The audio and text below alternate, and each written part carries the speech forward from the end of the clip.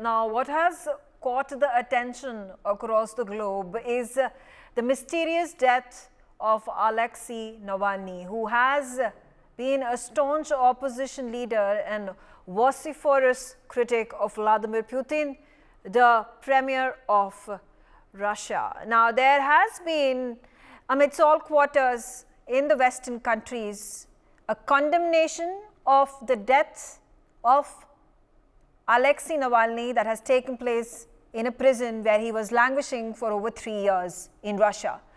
There have been questions raised and accusations made against President Putin of Russia, directly accusing him of killing Alexey Navalny in the prison.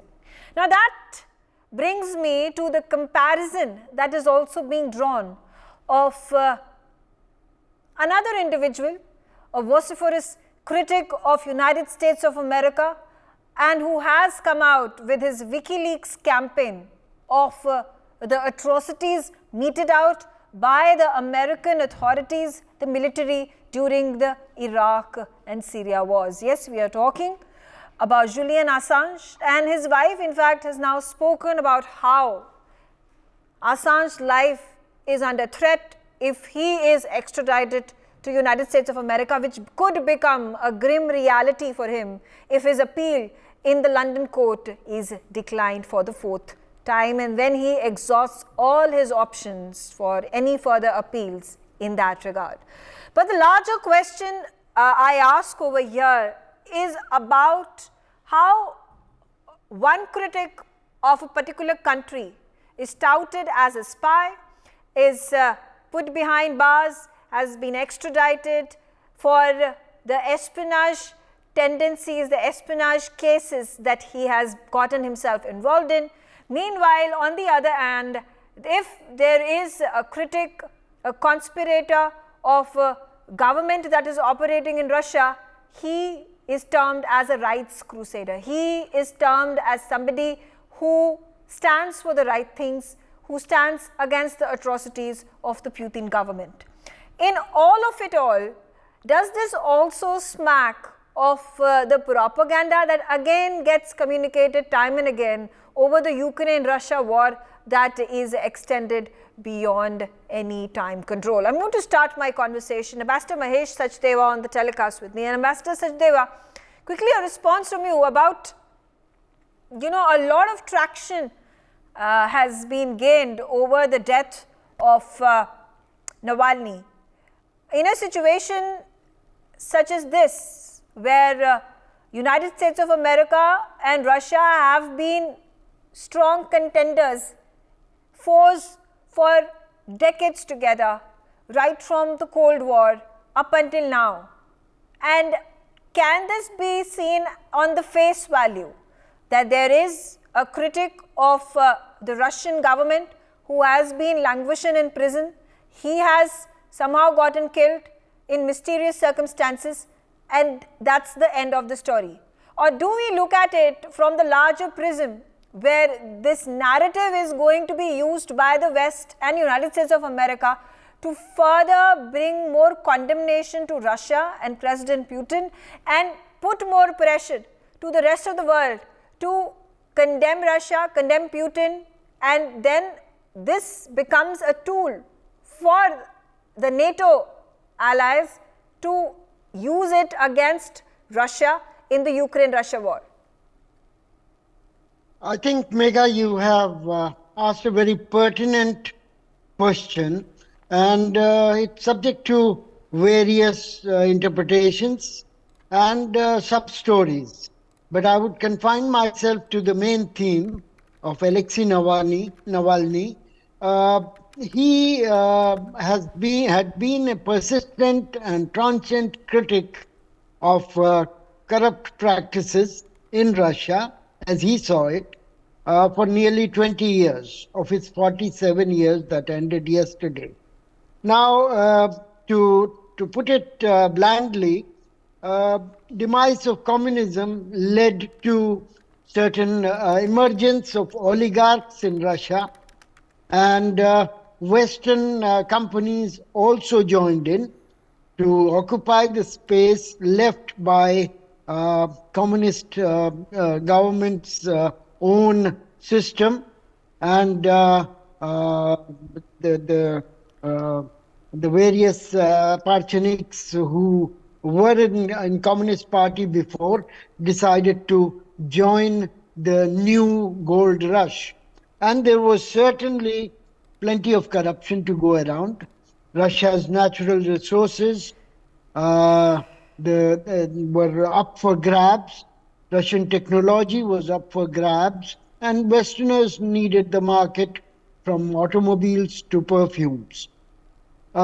This vacuous condition certainly led to corruption, and during earlier regime, uh, there was certainly plenty of more corruption as the hoary go west days came along.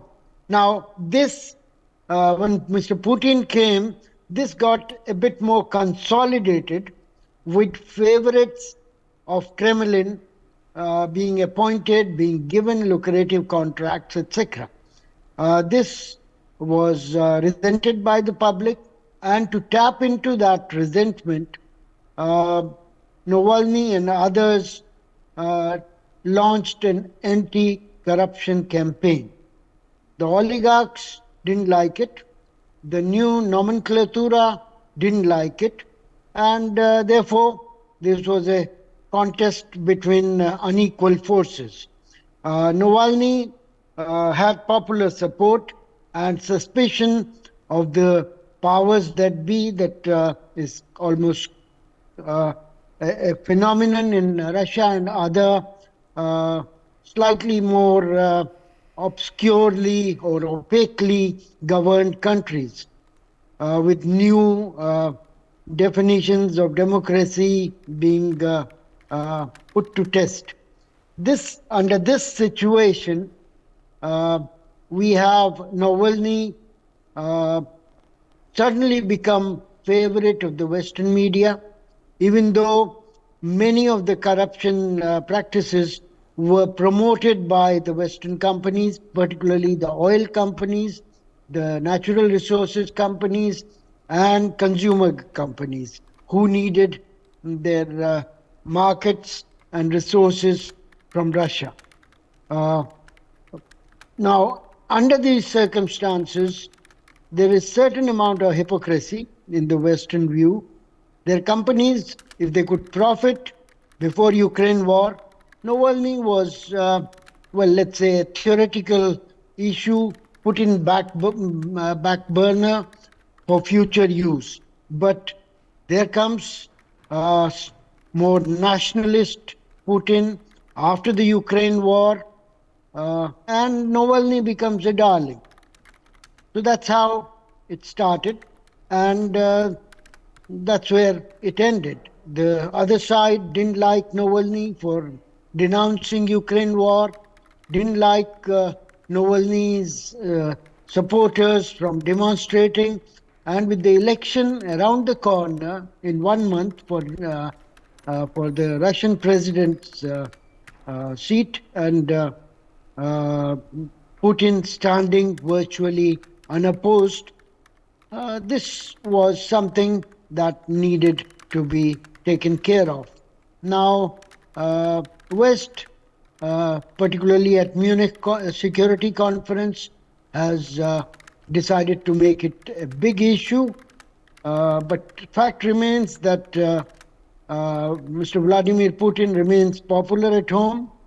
Russian sense of xenophobia and anti-Westernism finds him as a symbol of resistance, a strong Russia, which has always found favorites with the public. Ukraine war is not popular, but nevertheless, economy is doing reasonably well thanks to oil and other natural resources being exported by Russia. And Mr. Putin is likely to succeed in getting another mandate next month. Okay, all right. So, with this perspective, and particularly quickly a response from you, and as Ambassador Sachdev said that that why Julian Assange sees the wrath of the West in the criticism that has been faced over the quote-unquote espionage charges revealing the military secrets of the United States in the Iraq war. On the other hand, we see that Navalny has been made a hero. Is it simply because it is the Russian government against whom he was crusading against? And had Assange chose a country that was in direct confrontation with America, he would have perhaps faced a better fate. Good evening, Megha. You're absolutely right. See, these distinctions between who is a rights activist, who is a freedom of expression champion, and who is a spy, who should be convicted and who should be given a Nobel Peace Prize. These are all narratives, unfortunately, which is said by the West, and most of the countries, even the likes of India, have very little to say. I remember, almost 2 years back when the war in Ukraine started, there was this entire narrative that was built in the West that how Putin was evil. And surprisingly, it was the same West which ensured that, Russia Today channels, Sputnik channel are banned in the whole of in the whole of Europe and United States. You do not find a Russia Today channel on YouTube. Similarly, when United Kingdom talks about freedom of expression, they have banned CGTN channel in United Kingdom for alleged Chinese Communist Party shareholding in that very media house. Whereas when India takes certain stand against certain organizations in India, BBC, we have seen how much it will cover against Indian, what India deems is right. So I think these double standards actually exist. And yes, the whole game of, regime change that the West has played for a long time, they always needed players in these respective countries who can keep the pot boiling, who can create an anarchy-like situation. Let me tell you, whether it's a Zelensky or whether it's Navalny, for his death, we must pray condolence. These are all dispensable commodities for the West. Let me tell you, today, does anybody talk about Zelensky anymore in the West? No one talks, because Ukraine war has become a sort of a liability for the West. Now, what should India do if you ask me that question? I would say Russia as a country has always maintained the policy of not interfering in the internal affairs of India, and likewise India will ensure, and India should not comment on the internal affairs of Russia. Russia has always stood by us. Whether something wrong has happened or not, that is for the people of Russia to decide. Whether Putin should be elected next time or not, that is for people of Russia to decide. So we will not interfere, and as a country we have never interfered on anything. I must also mention this, Megha. Here is a country called United States which does not take action against Gurpatwant Singh Pannu even when he threatens that he would blow up Air India aircrafts. Yeah. So a country which says that it wages war on terrorism is perfectly fine. The one which commemorates 9/11 every day, every year, and which should be done. He has no problem when Pannu threatens blasting another plane. So that is that's the Western double standard is the problem. Absolutely. Rubinder says very quickly, there has been, of course, a resolution that has been passed and has been vociferously criticized over the allocation of $66 billion to the allies of America, which are waging wars against foes, which includes a $44.4 billion grant to Ukraine in its fight against Russia. There was a very strong statement that came in from former President Putin and currently in the presidential race in America, Donald Trump, who says that when he comes to power, if he comes to power, he is going to demand that all the non-paying NATO allies be taught a lesson, and he even goes on to say that I would give Russia and Vladimir Putin an open chance to attack these NATO allies that refuse to pay back the funds that they are supposed to pay back as part of the NATO alliance. in a domestic narrative that is playing about in United States of America is contradictory. It's in contrast to what the Biden administration is playing out on a strategic front. Will this cost Biden and the Democrats a domestic election, keeping in mind that funds continue to be poured out into wars that have been escalated by America and are not really doing anything for the domestic population in America, or for that matter the military troops that are stationed at various parts of the world, and in Middle East particularly, a number of these American troopers have been killed in these attacks. Thank you very much, Megha. Okay. One, yes, how the Ukraine war pans out will have some impact on Biden's, prospects for his re-election. There are several other factors, as we all know, including Biden's age, the American economy, the issue of immigration on the borders. That's become huge. And now linking it to the aid to Ukraine, which they are, the Senate has passed it, but which is out there.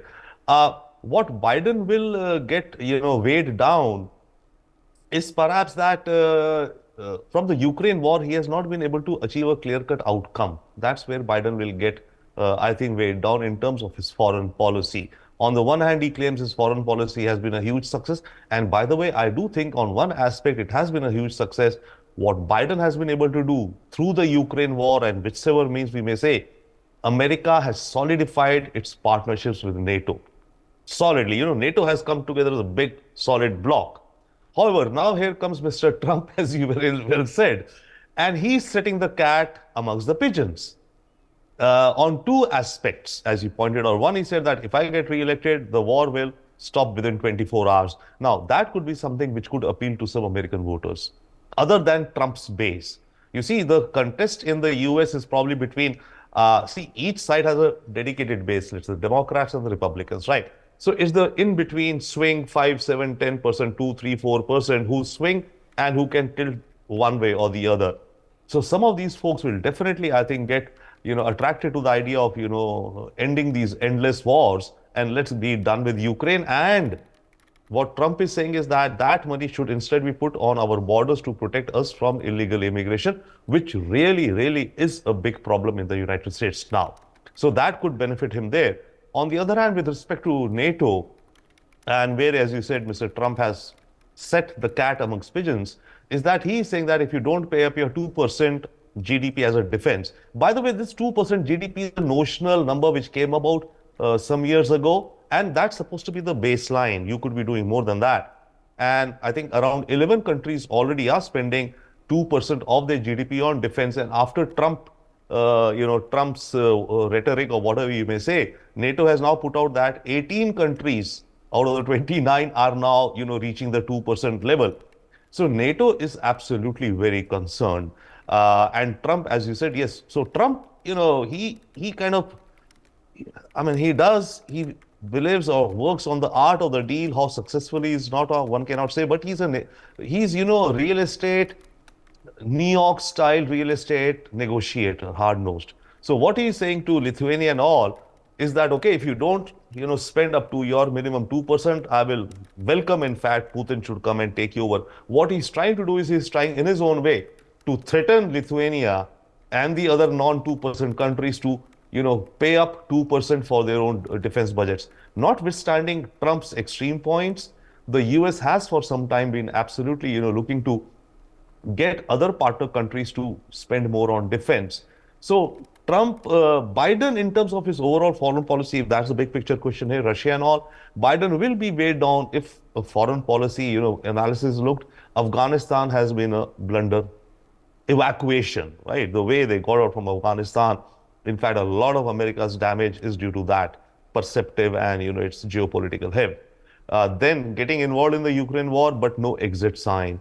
Then here the Israel-Hamas war, which is also costing Biden, by the way, politically. Okay.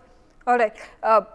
Ambassador Sachdev, so how should India take forward, chart its course? And India has been very intelligently circumventing this. Whether it was when the start of the Ukraine-Russia war happened, there was a lot of pressure that came in from the West, particularly America, for India, for dragging India into taking a side which was against Russia. India refused to do that. We continued our oil and defense trade with Russia. And now we take a look at how there have been a number of these leaders, whether it is the French president, the US president, Antony Blinken, we see the Canadian Prime Minister, they all come out and waded into this development, and they've obviously heavily criticized Russia and President Putin. And once again, it was Jaishankar, who is in Munich right now. He met with Antony Blinken, he met with the Canadian Foreign Minister, but he stopped short of making any statement on the death of Alexey Navalny. I think we are being a bit astute and consummate player in these diplomatic shuffles by not taking sides. At the same time, pursuing our own national interest with the partners who serve these interests. Now, by not costing United States in terms of defense expenditure or other liabilities, we are an asset to them, and we are paying for everything that we buy, defense hardware or etc. from US. So US is not obliging anything being given to us, unlike Ukraine, unlike Israel, unlike others. So I think we are on a safe wicket either way, whoever wins the November sweepstakes. But at the same time, I would like to point out that the United States has a history of swinging between isolationists and globalists. 9/11 was a provocation which got United States globalized, attacking Afghanistan, attacking Iraq, and so on and so forth. But then again, the cost that the United States has had to pay had made them isolationist. So the pendulum has swung to the other extreme. We have to watch it very carefully, and transactional mannerisms of Mr. Trump is, if it comes on the top, we would be okay because we are buying everything and paying down the dollars. And United States and India have basically a balanced trade. India actually has a $21 billion trade surplus with the United States, one of the major trade surpluses we have. We are upping our game in terms of getting more exports going to US, provided this Red Sea business sorts itself out. We are net security provider, at least in the West and Northern Arabian Sea, where a record number of 12 Indian naval ships are deployed, ostensibly for Somali piracy curbing, but also providing security to the maritime services. So all that is a net plus. Okay. We are sitting pretty, and I think whatever happens in United States elections or Russian elections, we would be okay. Okay. All right. Quickly also getting in once again, Patrikrit, a quick response. How do we look at this? Again, is it a repeat of what happened with the start of the Ukraine-Russia war? India's nonchalant view about this situation is the best how India needs to tackle this situation once again. Is this going to have any impact on India and its association with the West, whether it is France or US or other European nations? No, I don't think, frankly speaking, I don't think this issue is as profound as the Ukraine-Russia conflict was. So I don't think for this any new sanctions will come. I think our Ministry of External Affairs and the diplomacy and the diplomats and, led by the External Affairs Minister, they are very, very adept in terms of ensuring that we meander through this issue without, creating any kind of problems. Yes, India would say that it's an internal affair. Whatever has to be said, I'm sure they're best to. But I don't think it's going to create any problem. I think by now the West knows the Indians stand on issues like this. We don't interfere. On the Jamal Khashoggi issue also, we did not point fingers at Saudi Arab and Mohammed bin Salman. And today we have great relation with Saudi Arab. Let me tell you, even in the West today, the traction anybody who would get for pointing fingers at Putin is very, very less. There was a Tucker Carlson interview of Putin, which has been aired in United States, and the whole of U.S. State Department is actually shaking because they're a little nervous to see that the Americans are getting to hear what Putin wants to say. Right. So I don't think it's going to be a problem. That attention that was there during the Ukraine-Russia war on Russia, that has gone down because the Americans have their own challenges today. Quickly then, Rubinder, before I wrap this up, should India at this time take a strong stand on how Julian Assange's trial has been taking place, from the asylums that he had been getting and withdrawal of them, and then finally days that are closing in before he is extradited to America? Thank you, Megha. Great question. I think probably in keeping with the principle or overall approach of staying out of internal affairs of other countries, we should probably not take a stance, I would think, in terms of a diplomatic posturing, right? I mean, what should the government of India issue a statement regarding Assange? I do not think so, with all due humility. I mean, I'm no one, but I would think there's no need to be issuing any statements by the government of India on the Assange affair. Just as, the Navalny affair also, we are saying, okay, it's Russia's internal affair. And I think what we are looking at, as all our panel distinguished is saying, we are looking at the world through a lens of, let's say, realpolitik, right? A realpolitik, and also, by the way, remembering that we are also not very happy with some outsider comments on our internal affairs, right? Absolutely. So we do not want that. United States of America made it a point that it not just made comments on the Nijjar case, but it ended up colluding with the Canadians and questioning India's integrity, India's intention towards Canadian government. Oh yeah, certainly yes, that's something that we do not absolutely welcome. Though on this, whatever the Nijjar case or the Pannoon case transpires, I think there are still going to be some surprises for us in India coming out as those cases proceed. But keeping that fact aside, we are not, we do not welcome any outsider commenting on our internal affairs. So the reciprocal of that is that I think to the extent possible, we also want to honestly sidestep. Why waste our energy and why burn our chits, right? In terms of commenting on internal affairs of other countries, generally speaking, as a policy. Okay, all right. I'm out of time, but I thank all of you for joining me on the telecast, and interesting developments by way of how Alexey Navalny's death has been used as a strategic tool to continue to mount pressure on Putin and Russia, and to attract global condemnation on Putin. And how is that going to impact the Ukraine-Russia war? For more such videos, subscribe to the NewsX YouTube channel, hit the bell icon.